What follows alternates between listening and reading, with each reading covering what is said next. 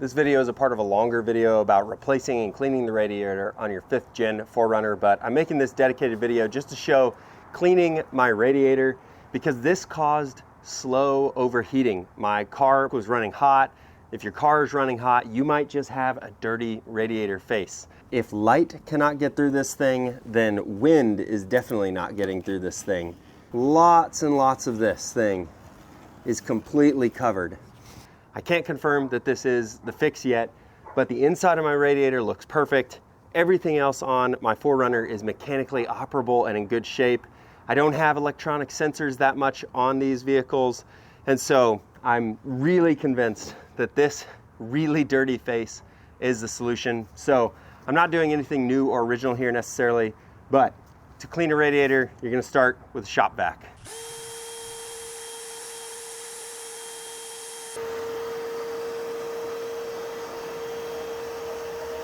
All right, a lot of this is stuck in there really bad.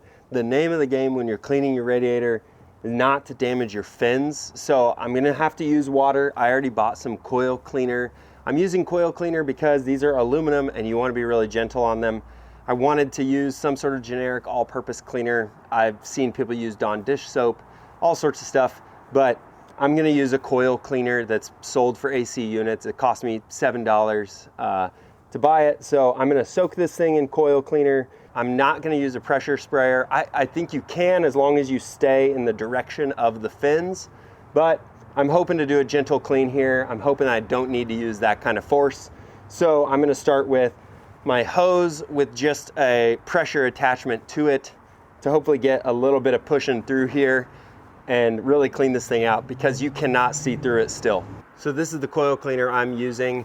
Again, I don't have an air compressor. I just have a shop vac that can blow in both directions. The shop vac is not strong enough to press air through this. So I shop vac'd it. I did the best I could. And I think I decided before I rinsed it out, I am gonna go ahead and spray this, even just if that first round helps. Maybe I'll have to do another round, but this coil cleaner is gonna be able to sit on there for a few minutes and hopefully it kind of softens it up, maybe gets things moving just a little bit. We'll see.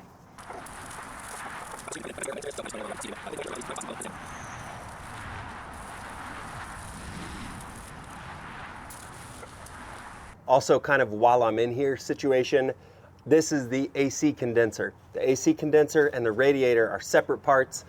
I was a fool and I did not know that. I was looking at the front of my engine bay and looking in here and thinking my radiator was perfectly clean because I had cleaned off all the bugs from the AC condenser. But it was still dirty, so you want to get inside of here to your AC condenser, clean that off as well.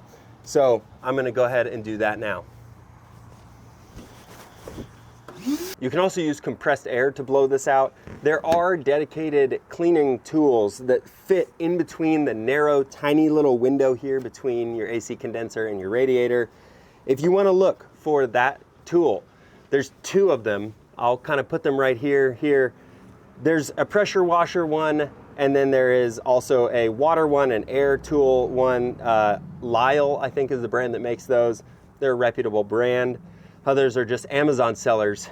But this, for me, was too far gone. I looked in here, I saw the thin gap, and I saw how much dirt there was. This was too far gone, but if you're doing this for preventative maintenance, I think you could get away with not having to remove the radiator, not having to, on the 4Runner, remove your whole front bumper cover, all sorts of stuff. So preventative maintenance, I'm gonna put this on my schedule from here forward.